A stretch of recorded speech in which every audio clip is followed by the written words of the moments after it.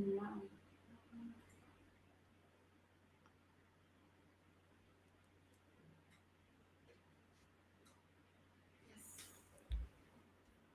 we good to start?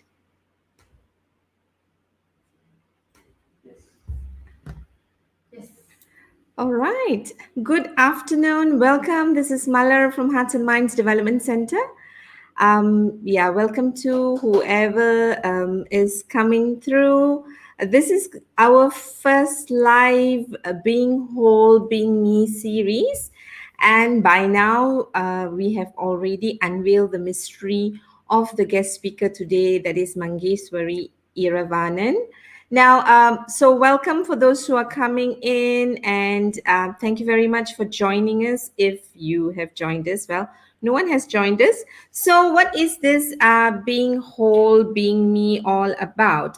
It is really the objective is very much having authentic conversation that helps us to connect within. So, what I aim to do is I've been reflecting a lot on whether to start LinkedIn Live, right? Because there's just so much going on for all of us, which is really great work that a lot of people are doing. And I thought it'd be interesting to talk to the people that I've been wanting to talk to, and and just connect within.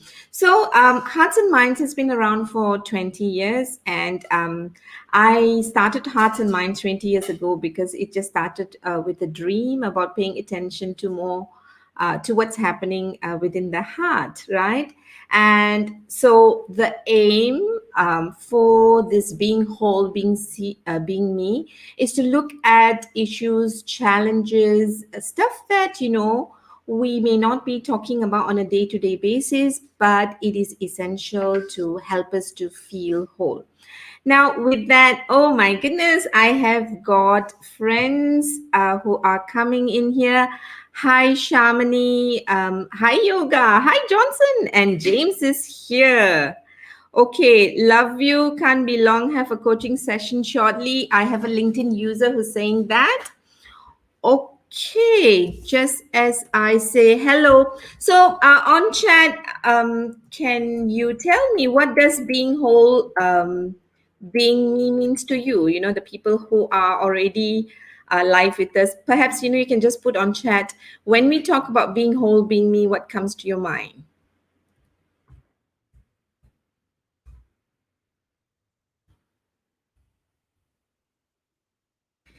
Right. So as we talk about what does it mean to be being whole, being me, today I have a very, very special guest. And this guest is someone I met on LinkedIn because she reached out to me and she said, I want to know more about EQ and, she had amazing question. And what was really interesting is that, while she reached out to me to find out more about emotional intelligence, I realized that, I had a lot of questions for her and I was learning a lot from her. And that's why I decided it'd be fantastic for both of us to have a conversation today and with all of you. So Yoga, hey, hello, Dato Alia. She's here. Yeah, she's the one who kicked me to start LinkedIn Live. So Dato Alia, I'm doing this finally. Yoga says being whole, being me means being centered. Thank you very much. Johnson says being authentic, complete and comfortable in our own skin or identity. Wow, so clever. Right, Johnson, thank you very much. James, okay, James is saying, admiring Michael Jackson behind me. Oh, James Fung says, you do you, and that's what it means. So without much further ado, let me just introduce you to this beautiful young lady whom I met online, never met her in person. I think she's so courageous to do a transition in her career. That young, beautiful soul that I have met and I feel pretty close to her is no other than Mangeswari Iravanan. And we're just going to bring her up so that you can get to know more about her. So feel free to post the questions that you might have for her, right? So we're just going to bring her on to the studio. Yeah. Yes. Hi. Hi, Mangesh. Nice. Hello. Doing this with me, nicely. How Thank are you, you. Mangesh? I'm good. I'm good. Thank you for the opportunity and thank you for a chance for me to share, giving me a chance to share as well. Nice, nice. And how are you feeling today? I'm good. Very excited. Good, It's a good. Friday. It's Friday. Yeah, thank God it's Friday, right? Yes. Okay, so Mangesh, so tell me. I mean, I know you had connected with me and you had all these brilliant questions that you always make me struggle, but that's why I enjoy it because you give me so much of clarity, right? So very quickly, before we get to know you a little bit more, right? Okay. Tell us a little bit more about you because I know you are a very private person. Uh, and so tell me a little bit about your background because I do know I call you, you're a person with a teacher's heart and a healer's soul. And that's how I've experienced you and a brilliant mind, actually. So Wow. tell me a little bit about your background, where you grew up, and stuff like that. Okay, so I'm from Singapore. I was born here, but I'm also half Malaysian in a sense because my mother is Malaysian. So my childhood was basically shuttling between Singapore and Malaysia. There'll be like 3 months in Malaysia and then the rest of the time here. So I don't see it as two different countries. I feel like I'm a citizen of both, although officially I'm Singaporean. I started my career as a teacher and a tutor. I have a degree in English, and I was teaching English for a long time. And at one point, I was inspired to do something for a greater cause or for a greater good. So I volunteered with this organization called World Teach, and we worked with some orphan children in India for 1 year. So I was living in India for a year. I was teaching English there. Um, and it was a very eye-opening experience because I wasn't just teaching. I realized that I was giving a lot of emotional support to the girls that I was working with because they didn't have many figures who were extending love and kindness to them and who had time to spend with them. So that was a very eye-opening experience for me. And when I came back, I decided to work in the community. So I spent a bit of time, about 6 years, working in a stat board in Singapore called the People's Association. And in that stint, I got to meet a lot of different people, and I worked with different communities. And I think at this point now, I'm really at a place where I was thinking about what's next for me, and I spent some time reflecting on my life, and really I've just embarked on this new journey in counseling, and hope to build a new career, and that's like I look at it as the next 10 years of my life. Yeah, How many years of your life? the next 10 years at least, at least. Okay, so you have this 10-year plan, it seems, right? Yeah, yes, Okay, so let me go back to you spent 1 year in India teaching. yes, I did. Yeah.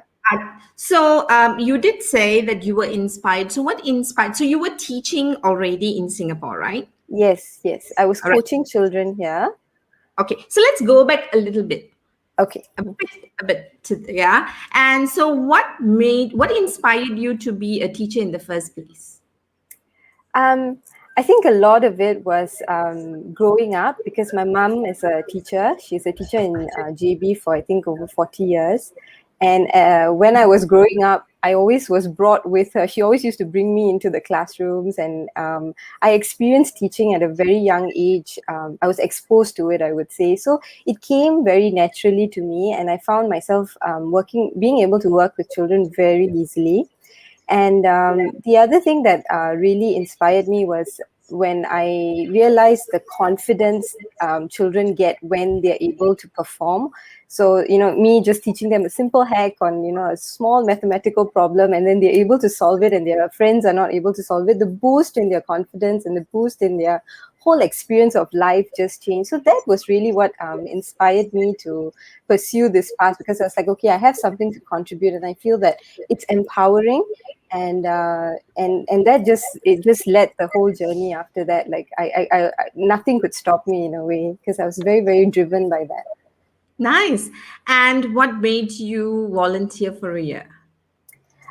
So when I was working in Singapore, I was working with a lot of children who were pretty well off, and they had a lot of the resources. I think we're very lucky in Singapore and Malaysia. Actually, we have good infrastructure, and we do have access to good education.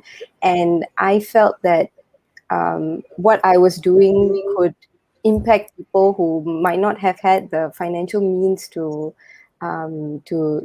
get that kind of motivation or get that kind of access to knowledge.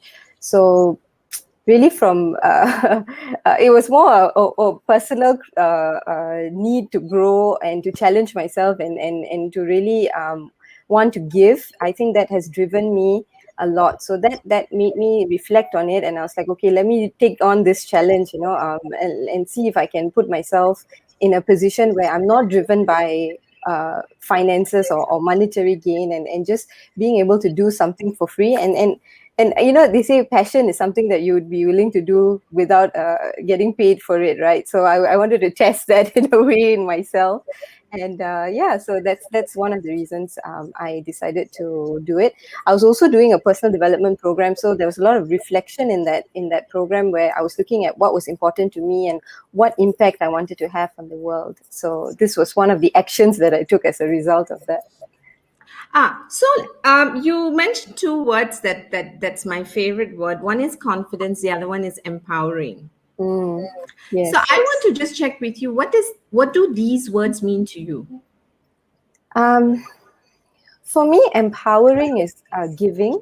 I see it as giving, being able to share something from myself to another that makes a difference to them. And confidence is, for me, confidence is a lot about alignment. It's really inner alignment. So when I feel I'm very aligned with what I'm doing internally, I think I'm able to project that confidence externally. So that knowledge that what I'm doing is right, and what I'm doing is what I want to do, like completely and authentically, gives me that confidence. Yeah. Yeah, but why is empowering others and building confidence for others, why is that so important for you? Um, I think I have to share a little bit more about that. So in my life experience, I think it's never been a smooth journey. I've experienced a lot of grief. I think right from 7 years old, I think my first death, in that sense, experience with death. I lost my grandmother when I was 7, and I was very very close to her. And just basically in every season of my life, I experienced losing a loved one. And it's interesting because it is a very sad experience losing someone, and it does damage the it does have impact on on my identity very greatly. But I also realized that the gift that tragedy had given me is an ability to look at or see something that is beyond me, to find importance in something that is beyond just me, my experience, and my life. And when I started volunteering and started working with other people, especially children, and seeing the shift that my presence had on another person, I felt that, wow, there is life just gets so much more meaning when when you can be of use to another person in a way, when you can impact another person. Like, I felt more whole when I was helping another person. And Right. it, of course, yeah, you just get that life is short, and it's how much impact do you give before you go. Yeah, I mean, I'm trying to reconcile the fact that you are saying life is short because, I mean, you for you, you're so young, but yeah, yeah, we'll not talk about age. I'm not talking about age, Okay. but because I won't want you to ask me that question, right? So, I won't. I um, won't. yeah, going back a little bit. So what I'm hearing from you is that you've experienced a lot of grief and you've used that space to explore more, right? And so that reminds me of at some point I was collecting stories, right? And Yeah. I hope I get to the project. It's called Pains to Pearls, PAIN, as to Pearls, right? Wow. Yeah. And what I realized was that uh, pains to I you look at people, we all have issues, right? We all have issues, and there are really two reactions to the pleasures and pains that we experience in life. We can either become bitter or we can become better, right? Yes, And yes, it's just so amazing. We celebrate stories of people moving from pain and making pearls out of it. And when I was reading a little bit more about pearls, what I realized is this, right? I was doing this project with my daughter, learning about pearls. I realized that you go through the pain, you give birth to the pearls, but yes, it's often enjoyed by other people, your contribution to the world, to yes, make them yes, feel yes, more beautiful. And you know uh, that's exactly what it actually what you're sharing with me. So I want to go back to your story of being inspired, but there's a very interesting question actually from Alia mm, Karen. She has a question for you. She's asking, what triggered you to start this search to dig further in wanting to explore and know yourself? yeah. I think it's really a beautiful question. I've always wanted to share this, and I've never really known how to express or verbalize it. But in a sense, it was tragedy. It was trigger. It was actually a negative experience that pushed me to explore and search for a deeper meaning of who I am. So even in this current state of my career, I did have an unpleasant experience at work, and it made me do is it made me think about the future, which I wasn't thinking about, because I didn't really, I was so involved in work that I didn't really care about what's going to happen next year or what my trajectory was, or nothing. And all it took was like a leader who was a bit critical of me. I started to think, okay, I am getting this criticism, but I don't agree with it, and I'm doing this job. It just woke me up in a way, because I realized, what am I doing? I started asking myself, what am I doing, and why am I feeling so down about this? Why am I feeling this way? So I think it's really in the discomfort. A lot of the reasons I search and I look for what's next for me is usually triggered by a tragedy or something that is an uncomfortable feeling within me, that makes me want to feel like, okay, how do I find wholeness again? How do I find comfort in my own skin again? So it's really, like I said, it's the gift of pain. It's the gift. It's like what Mala was saying, like when there's an irritation, making a pearl out of it, finding purpose in that, through that pain. It's really what prompts me every single time, even when I look back in my life. Yeah. So you sound like one of these rare people who wants to stay with the unpleasant emotion and find the meaning or the story within it. Which is what we advocate in emotional intelligence and hearts and minds, because a lot of times people think that if you have EQ skills, then you won't feel it anymore. But rather, for me, EQ is very much finding the narratives that's inside you, right? Yes. And connecting it to who you are, because at the end of the day is the meaning that it is for us, not Yes. what others say it is, right? All right. Well, I think Gerald can read your mind. So Gerald says, hi, Gerald Fernandez. He says, experiences triggers a lot in what we do. Good sharing, Mangesh. Thank you. I Thank believe one you. has to ask the important question, always ask why Yeah. all the time, Yes. right? So Yes. it seems like he has read your mind before, or as you were Before speaking, even right? sharing. Yes. Yeah. It's So amazing. I'm Thanks, Gerard.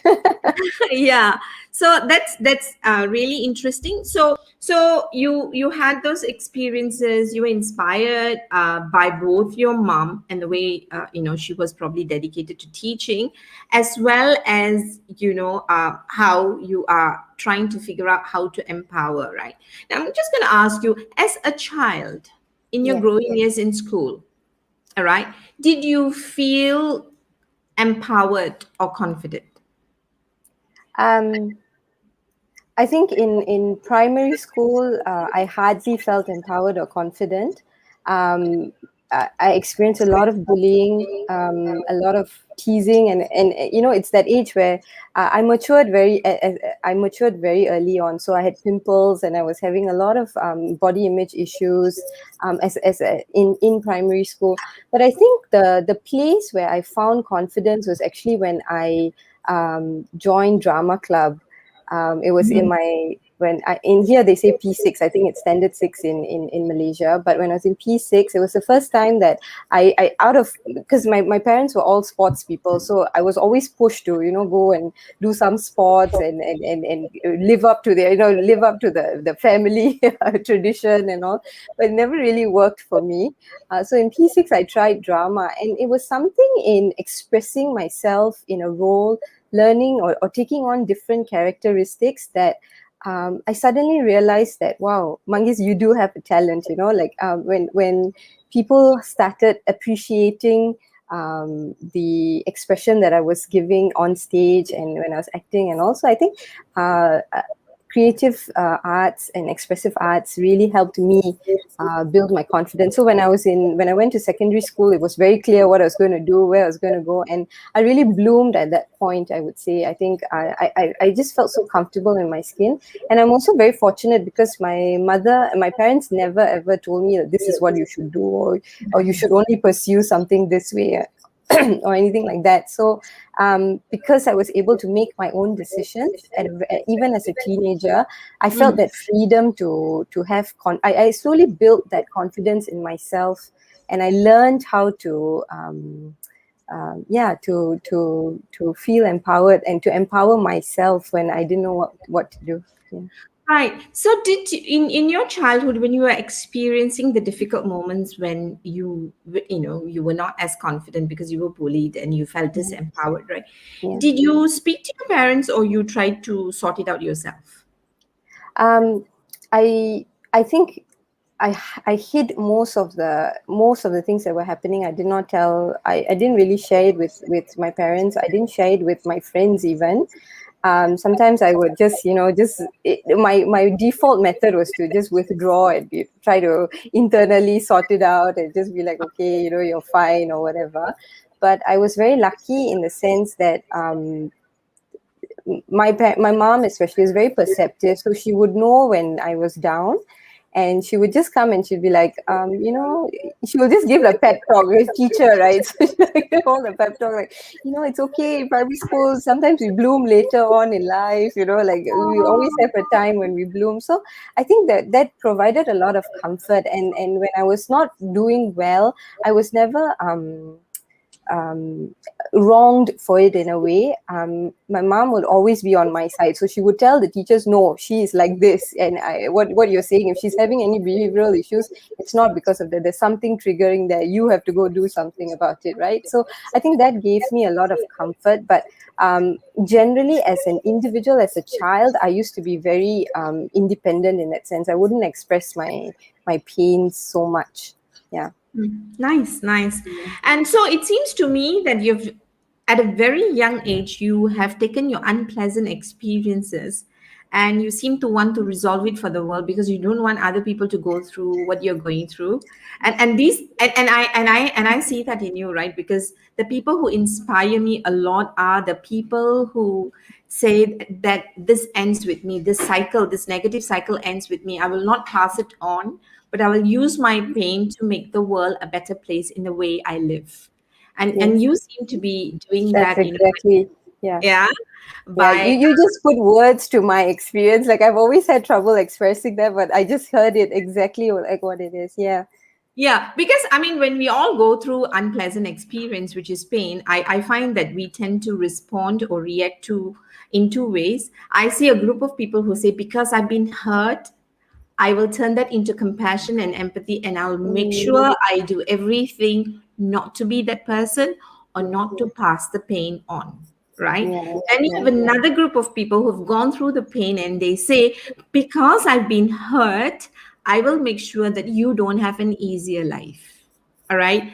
And so this is really not about being right or wrong, but this is really, making extraordinary choices, going deeper down within to find the strength within to say that this is going to end with me and I'm going to pass the life to Yeah. the next generation Yes. better, right? Yes. Yeah. And so you did that, and then you had a stint with the government, and that's so interesting. And what I understand from our little chats is that you got promoted and then you Yes. decided to leave, right? So this is like very confusing because a lot of people whom I talk to in my training programs or in the coaching sessions or who come to me for a chat is like, when they're at the peak of their career, that's not when they transition. A lot of people will think of transitioning because the career is not doing well. So I want to ask you, Mangis, what's wrong with you? Like, why did you leave when you got promoted? Yeah, I actually I ask myself this as well, and I think it is something that's it's typically me, I would say. Okay. Yeah, so that's the thing, right? So, like I shared earlier, I did get a promotion because, like I said, I was very comfortable in the role, and I was I felt that it was a very comfortable place to be, and I was just, but I didn't realize that I was going into autopilot mode.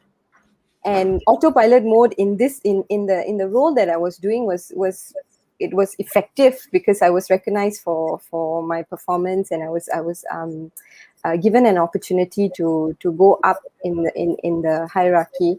But internally there was just a big disconnect that was happening, and I wasn't very present to it until I got the promotion, and I went into the new role, and I was still working, but the same connection wasn't there. It was like it got to a point where my internal alignment was just not, it was so pushing up against my external self that I couldn't ignore it anymore.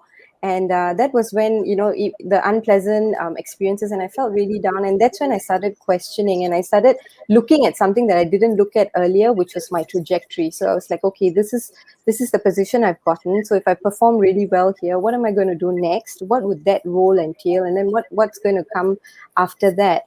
And when I was looking at that trajectory, I just felt like, wow, this is really not, it's just not fitting with what I want to do. And it wasn't aligning with my like exactly like what you said earlier, right? So what drives me is really being able to help others, to give them the access to reduce their suffering in a way, or to give them an access to something that would enable them to live in a happier life. And my role, since I was spending so much of my time at work, and the role wasn't allowing me to do that, I knew that I had to intervene, even for my just for my satisfaction, I would say, and my happiness in a way.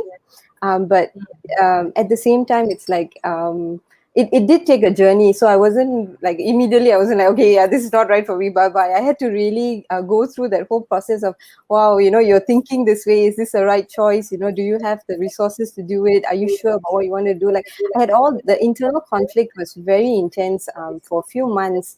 But when I came to a space of like, okay, this is something I want to do for myself, and I have to honor myself, and at some point I have to you know people might not understand, but it is for me to, as long as I understand why I'm doing it, I think it's the right step forward. So that's how I decided, and now I'm in transition and very happy actually. Okay, so your happiness shows every time I speak to you, which is why I'm like, I need to figure this woman out, right? And I'm so happy to have you here chatting with us. A couple of people have come on board to say hello to you and to me, I hope. Cheryl, Tangam, hi. Raju Periyasamy, Shamini is my lovely partner in Singapore. I Oh, just love her a lot. You must meet her. I just love sorry. her. Yeah, she's my blessing, Oh, yeah. You must meet her, and you'll know what I'm talking about. And yeah, Dr. Mugil is also here. So these are all these people who are whom I also follow, and I think the topic resonates with them as to being authentic and being real to themselves. Isabel says hi. But before I lose my train of thought, so you said that you felt a discomfort. Yeah. Now, how do you know it's a discomfort, and what do you feel in your system for you to know that this is a discomfort? The me in me is telling me something, and I need to pause. I need to pay attention to the discomfort and discern what makes me happy, right? So because you seem to have a transition there, so there's a trigger point where there's a conflict, so that's Yeah. all of that, right? Lousy feeling. But you stay with that, and you're obviously listening to that. So, and I love our audience and those who are watching to know when they are feeling this conflict within, what does that feel like? So if you had to explain your discomfort, how do you know you're feeling incongruent, right? Not together. Yeah. Hmm. Actually, I don't know if it's surprising, but the first sign is extremely physical, because I realized that I stopped wearing lipstick to work. I didn't want, when I woke up in the day, I just didn't want to, I didn't have the motivation to do up my face, or even sometimes even combing my hair wasn't something that I felt was important. I was just like, okay, whatever, the hair will dry on its own and things like that. So um, the second thing was, I think the trigger for discomfort for me is, it's a lot of body sensations first. So I feel like a burning sensation in the chest, some sinking feeling sometimes in the stomach, and then I also noticed, actually, I was doing this, but when I looked at a picture, actually a friend of mine took a candid picture of me 3 months into the new job, and he sent it to me, and I was like, oh my goodness, who is this person? Like, I could literally see that my face was just not happy. And if I were to look at like 6 months before, and look at that photo of mine, I just knew, oh my god, this is not who I am, so interestingly, the internal discomfort will show up externally one way or another. I like, even I could, when I could see my external self, I was like, okay, this is not right. And I think the other thing that really triggered, or made me realize that something was not right, was that I would wake up every morning and just feel so anxious. It was just like a endless questioning of like, what's going on, what are you doing, and I felt that not paying attention to that um, made the experience even more difficult. Mm, But when I mm, started paying attention to it, I'm like, why are you asking? In fact, I had an internal dialogue with myself. Why are you asking yourself this question? Why is this always coming up? What is it? What is it? And I think it was paying attention a little bit to that confusion that was going on inside, gave mm. that clarity, and Right. yeah, So I love, I mean, your sense of awareness is obviously very high. That I've experienced that, right? So you are feeling this conflict, you're aware what's happening to your body, you're listening to your body, which is really great because a lot of us don't do, we listen to our head a lot more than what's yeah, happening to our body. So great. So and you begin to spend time with this difficulty and the yeah, questioning and the anxiety. yeah, So that's all fantastic, right? And then you go through whatever you go through, and then you like have your aha moment, right? Where you feel yeah, peace, where you feel congruent, right? So I know the time is really short for us, to like go through all of yeah. that. But so we know how you feel when you're in conflict, but how do you then recognize and discern that, yes, I've got it, and this is what Okay. I need to do? Yeah. Yeah. So yeah, I was just about to go into that. So I didn't get the aha moment straight away. Actually, what happened was, I went into major questioning, and like, I need advice. So what happened was like, oh no, like, I feel like I need to make a change, but I don't know what to do. So what I did was, I started talking to everyone I knew. I started like, it was first my friends. I'm like, oh no, I don't know why I'm feeling this way, blah, blah, blah, blah. What do you think? What do you think? And then after the initial panic kind of like dumping on people, I realized that those conversations were just like they were comforting emotionally, but they were not giving me any trajectory like into what's next. So then I started planning who to ask the question. And I look to, the first person, I look to some of my friends who are like my mentors. Like, they know, they've always been telling me, you need to look at what's next for you, what's next for you. I used to ignore them a lot, but this time Mm. I reconnected with them and I said that, I really feel like I need to look at what's next. Can you help me?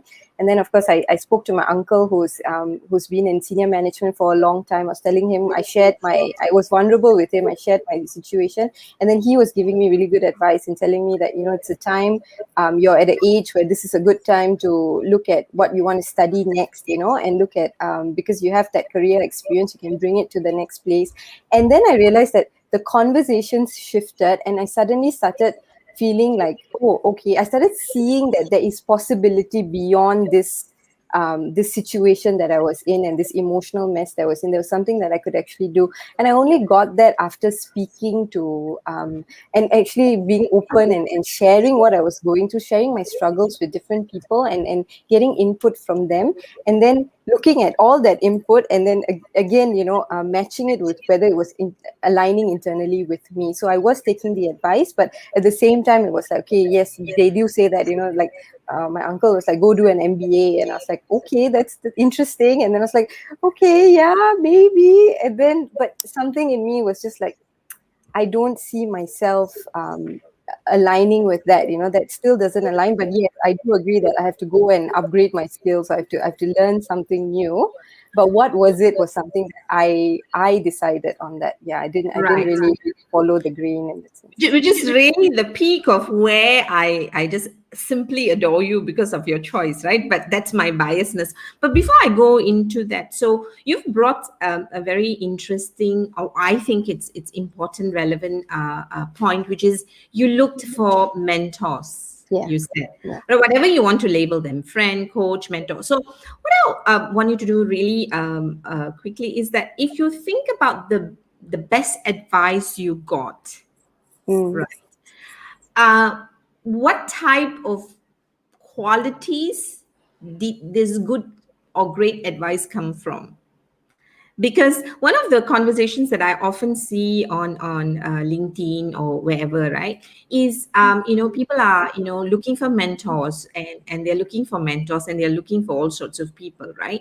So it's more than people. There would be qualities that you realize that that after you've been through it and you're at your space, you realize that those those mentors, the question they asked me, so the quality of the mentoring, so what are the qualities that you feel you've benefited from, so that people who are listening in will know how to discern what sort of advice should I sought, what sort of people I need to look out for when in asking for advice.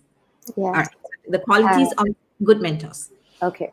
I think the two qualities that made the most impact on me was, firstly, when they said, you have the value. Like, they told me that I have so much to offer, where they saw the resources that I had without it, that I didn't even know the resources that was within me, right?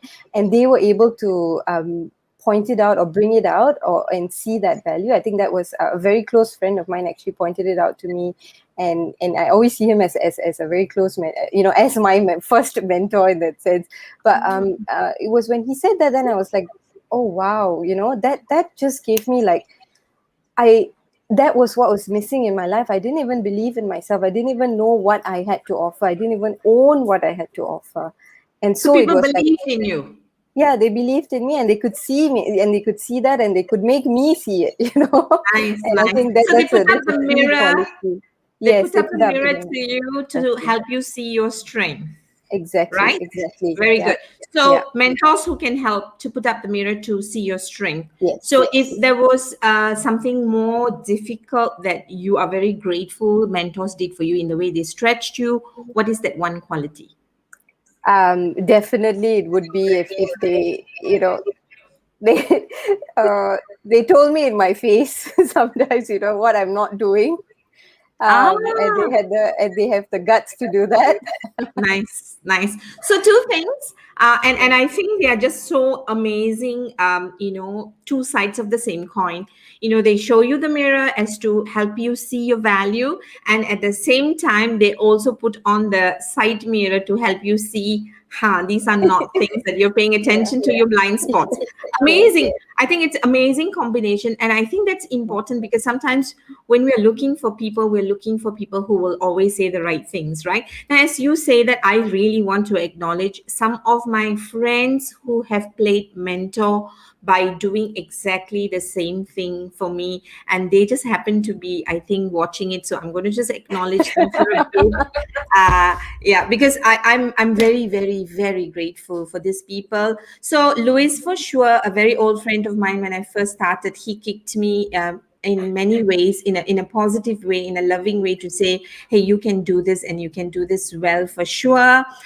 Recently, Dato Alia, I've just met her, and the way she believes in me to help me believe in myself more. I have no words, and thank you is not enough.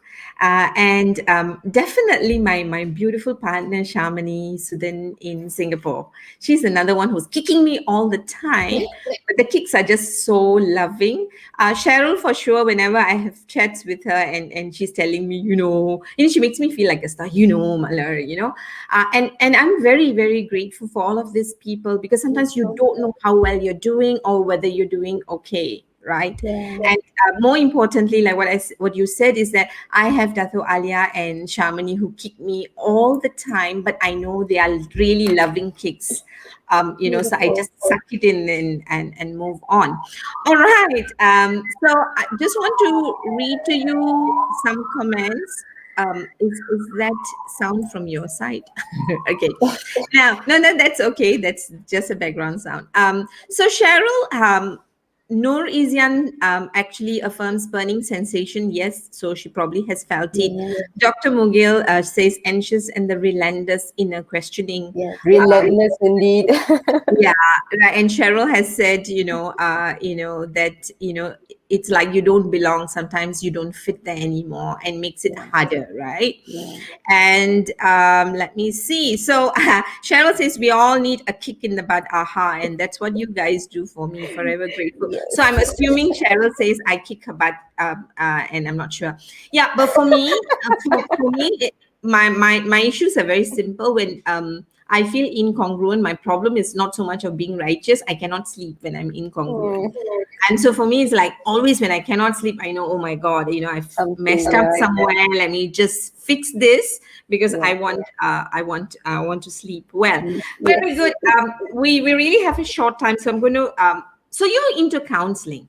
Yes. You become a teacher, then you join the government sector to shift some people, and then what? You start over and go into counseling. I mean, it's literally a start over for you, right?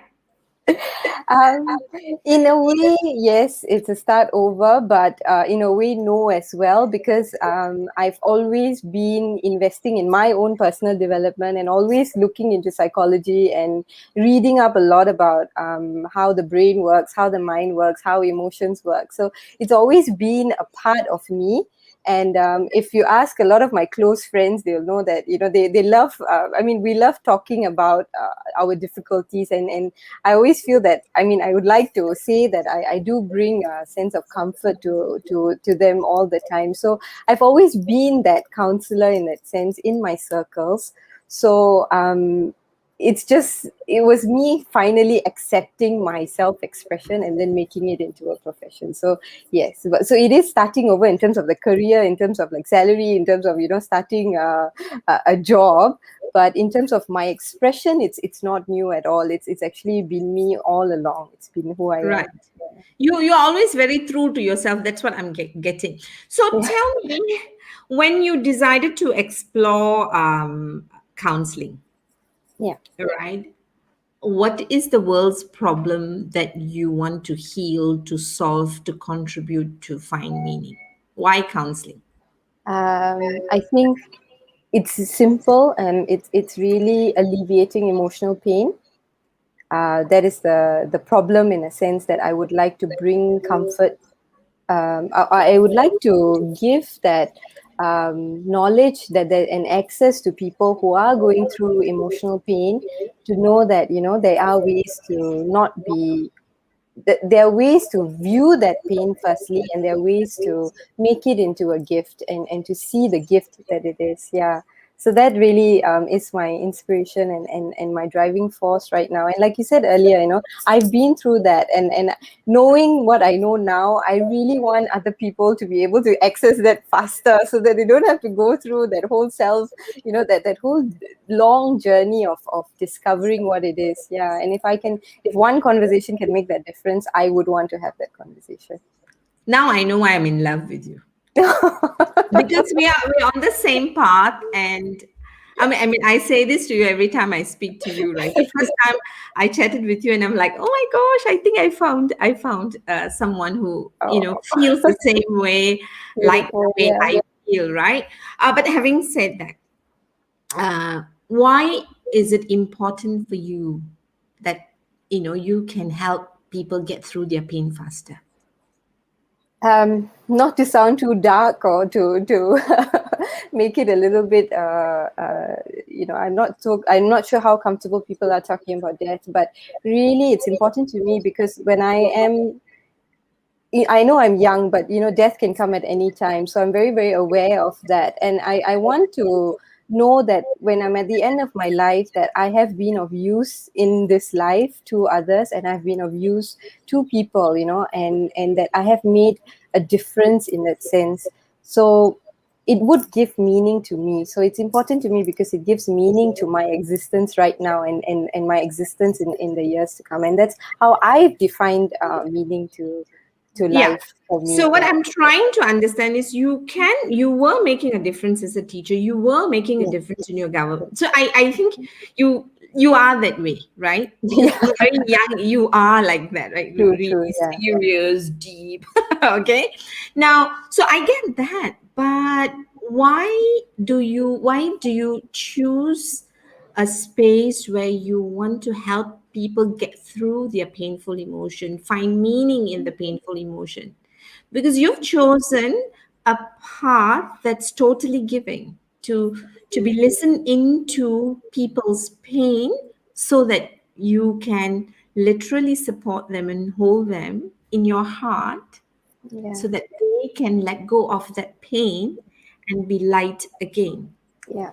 And that's what I love about counseling, right? Because it's um, it's so spiritual in nature for me. It's so unconditional, right? So why is that taking away people's? Why is that important for you? I think it's very personal in that sense, because I I came to this place really from reflecting on my life, since I was born.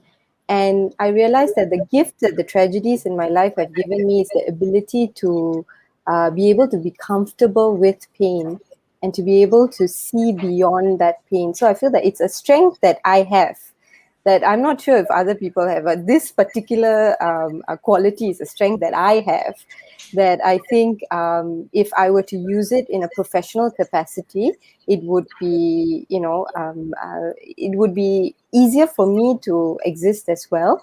It would be easier for me to function in a way, and at the same time, I think it would give. I would be able to fully express my skills in that sense, in this role. Yeah, so that's why Okay, it's important to me. nice. So your tragedy. Yes. So when you went through all of this grief and the losses, I can only imagine. I won't say I feel you, but I can only imagine how painful it must have been, because it has shaped a lot of your identity, your mission for the world. So I can only imagine how meaningful it is for you, right? Because we Yeah. all create our own meaning. Now, Yeah. so when you think about these tragedies, and your lowest moment in Yeah. life, Yeah. and how you probably found your own light in the darkness. Yeah. right? During these moments, did you have anyone, or did you wish you had more light, more help, more support? I would definitely. I mean, I wish I had known about counseling and therapy and even emotional intelligence. I wish I had known about it as a teenager. I think if I had had that knowledge at that age, I think it would have been so much easier to understand what I was feeling and not want to. Because at that point, when I was going through all that pain, it was just like I need to get rid of this. I need to stop it. I need to find ways I can numb it out, or I need to find ways I can run away from it, or I need to find ways that don't have to feel this anymore. And that was me for a big part of my life was just like that.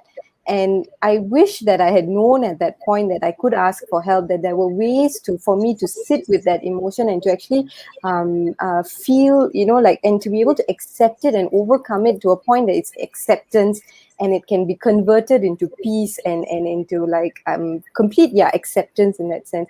I only got to that point after current very, very painful experiences for decades in that sense. So if I had had that access and that knowledge earlier, I think my life would have been a lot more stable. My internal self also would have been a lot more calmer and a lot more enriched in that sense. Not to say that I didn't have my own coping, or I didn't have people who were supporting me Sure. along the way. I think I Mm. learned, I would say, only by divine intervention, or people coming into my life at the right point and the right time, saying the right things. But if I had this knowledge that I do now, I think it would have been a very different experience.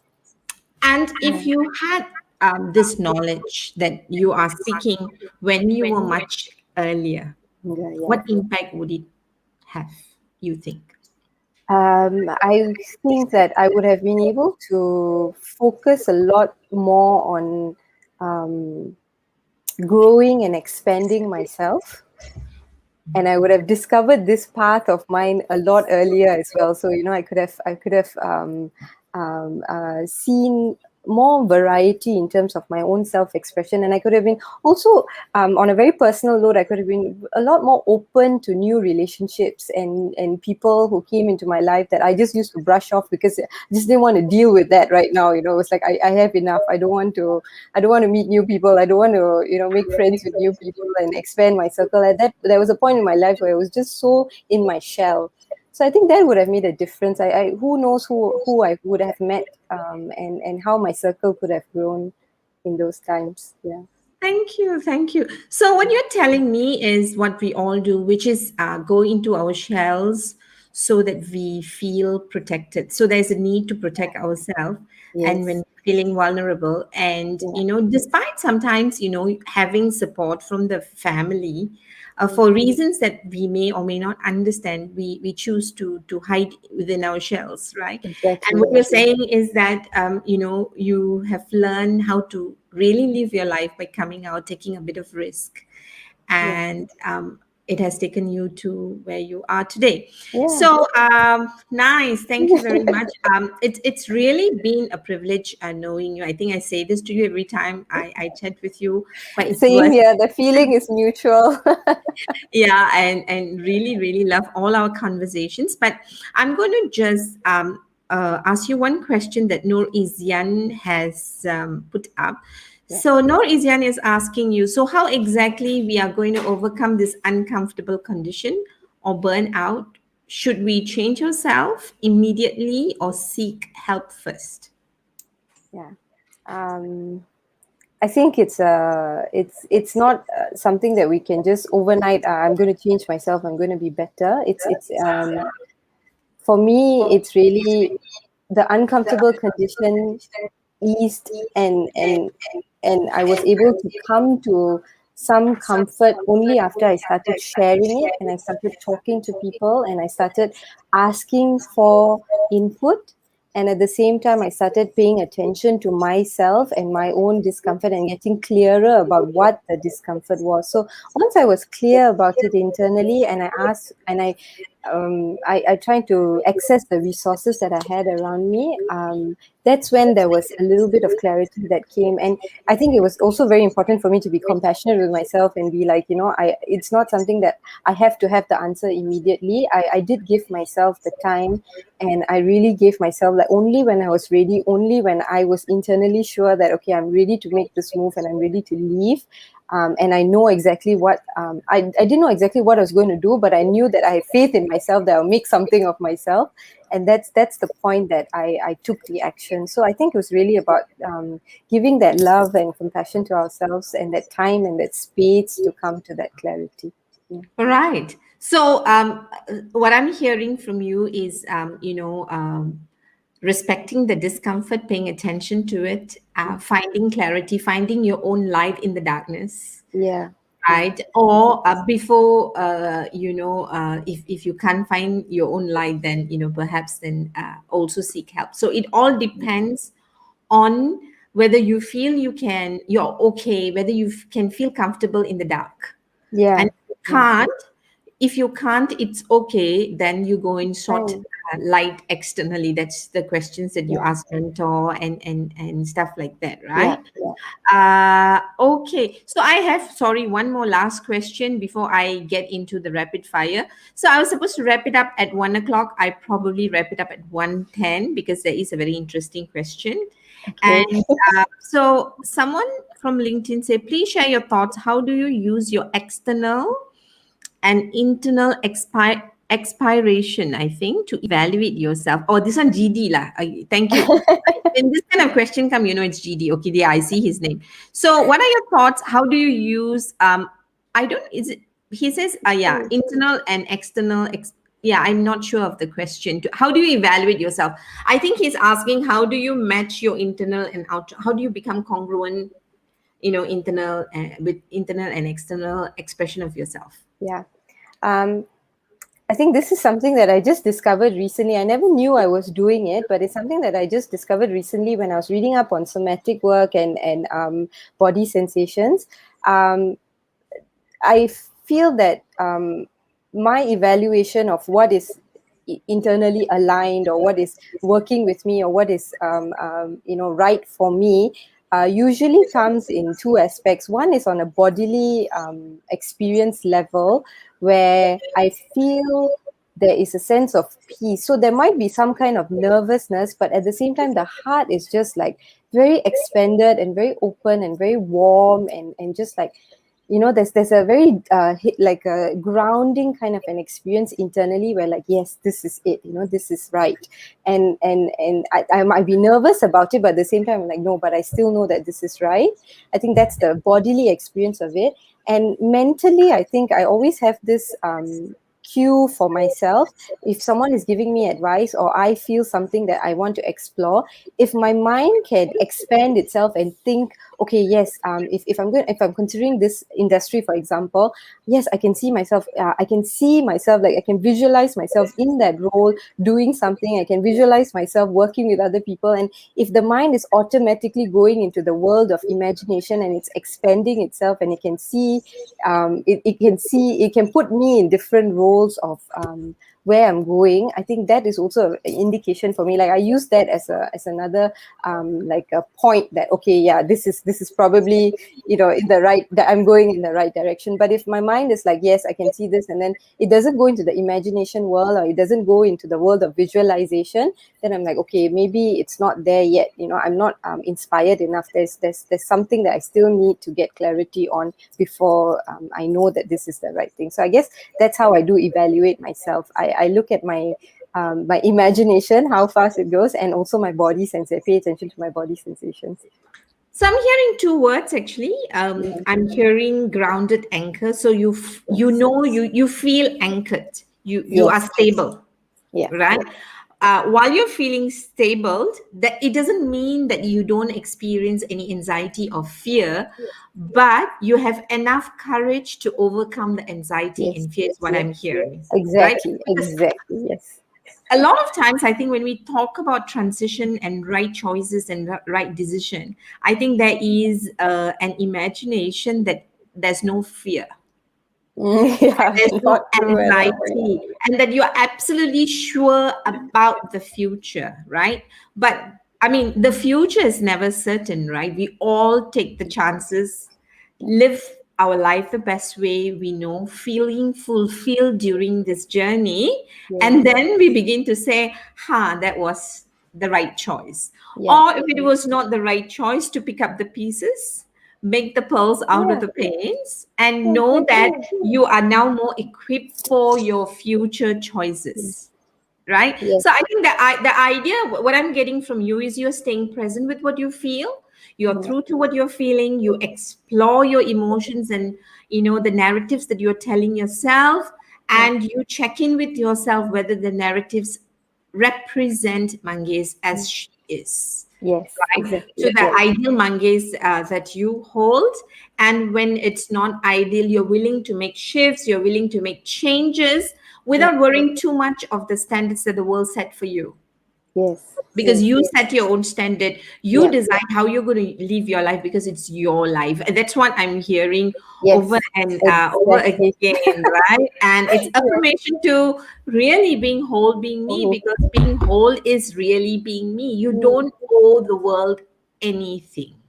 Yeah. You only owe yourself the best life Yeah. that you want to lead, right? Yeah. And it is really okay if the best choice you made is seen as a mistake, or even becomes a mistake, because then it becomes a learning mistake for you to get the Yeah. pearls out, Yeah, right? exactly. So I And like you said, it's a pearl, it's a pearl, it's a gift. So there's no such thing as a mistake anymore. It's always a gift on what's next. You know, it's a gift. It points us in the right direction. That's how I see it anyway. yeah, so the bad news for all those people who've been listening in and thought transition is going to be smooth, easy, clear, perfect, no fear, no pain. I am so sorry, because that's not what we are. And I'm with Mangesh. I'm with Yeah. Mangesh. Hi, Perthpal. Thanks for joining us. So great, Mangesh. I want to personally thank you on behalf of myself, of course, and Hearts and Minds Development Center.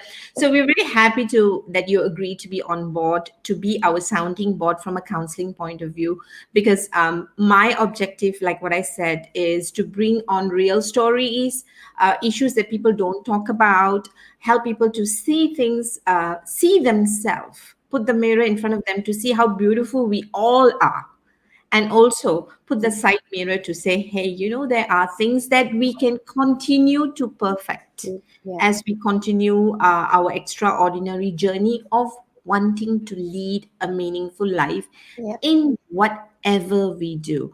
And so Yeah. thanks for being the first person, and thank you for showing us so much of courage. And now I have some rapid fire questions for you. Thank you as well, Mother. Thank you for the chance and the opportunity to share. Yes, now it's rapid fire time. Yeah, yeah. So you spoke so well that you had no time to for the questions. Yoga says thank you to both of you. All right. So are you ready? Yes, I'm ready. Yeah. All right. So when I am whole, finish the sentence. When I'm whole, I feel. I feel in complete alignment internally. Oof. And the three words that you would associate to your choices. So when Um, you make choices, what are the three words that come to you? okay, so three words that I associate to my choices would be acceptance, alignment, and peace. Acceptance, alignment, and And peace. peace. Wow, that's deep. We need another session for that.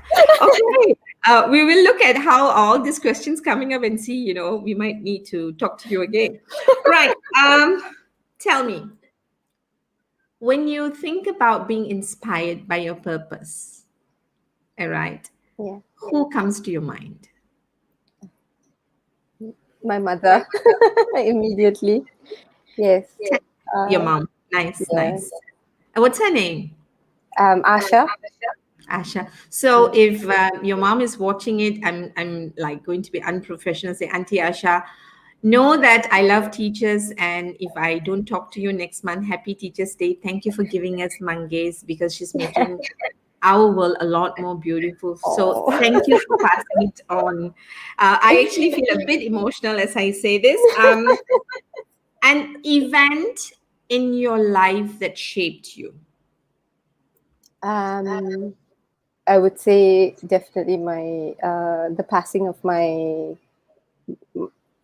I can't put one person, but everybody I've lost in my life. Yeah. Right. And what's your favorite song? Um, Michael Jackson's in the background, so I have to quote the song that he sang, "We Are the World." I was very young when I heard it actually, and it's always impacted me greatly. Mainly for that one line where he says, "It's like to lend a hand."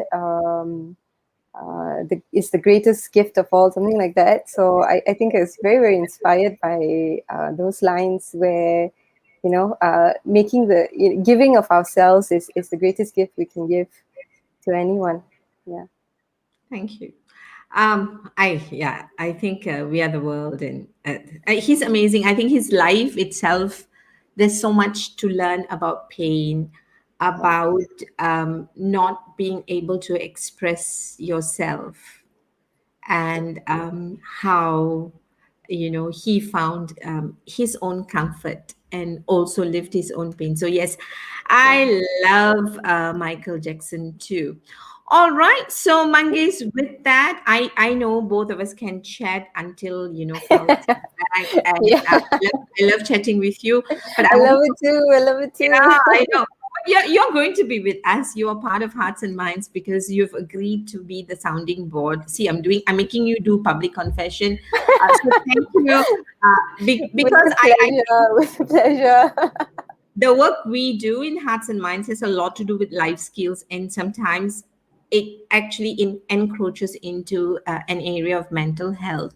And I think it's always good to have someone telling us that we are doing the wrong stuff, or be there to give your input. So I want to just thank you for your time and for agreeing to do this, and reaching out to me in the first place, because I would have missed out so much if you didn't reach out to me. So thank you very much. I want to thank all my friends who are here in the audience, the ones I've said hello and the one I didn't say hello because I didn't see you. Please put in your questions. We will do our best to respond to the question one way or another, or bring Mangesh back for more questions, right? With that, Mangesh, thank you very much. Thank Before I you. end, what else would you like to say before we close for the day? I just like to thank you again for this opportunity. I think even though I was sharing, something, I felt that I got a lot of clarity in terms of what my journey has been, and I really am very glad that I reached out to you, because I would have never thought that things could evolve so beautifully. So thank you everyone for listening as well, and for everyone who got something from what I shared. I'm really very grateful for the opportunity. Thanks, Mala. Okay, welcome. So, to everybody, thank you very much. Have a great Friday and even more greater weekend.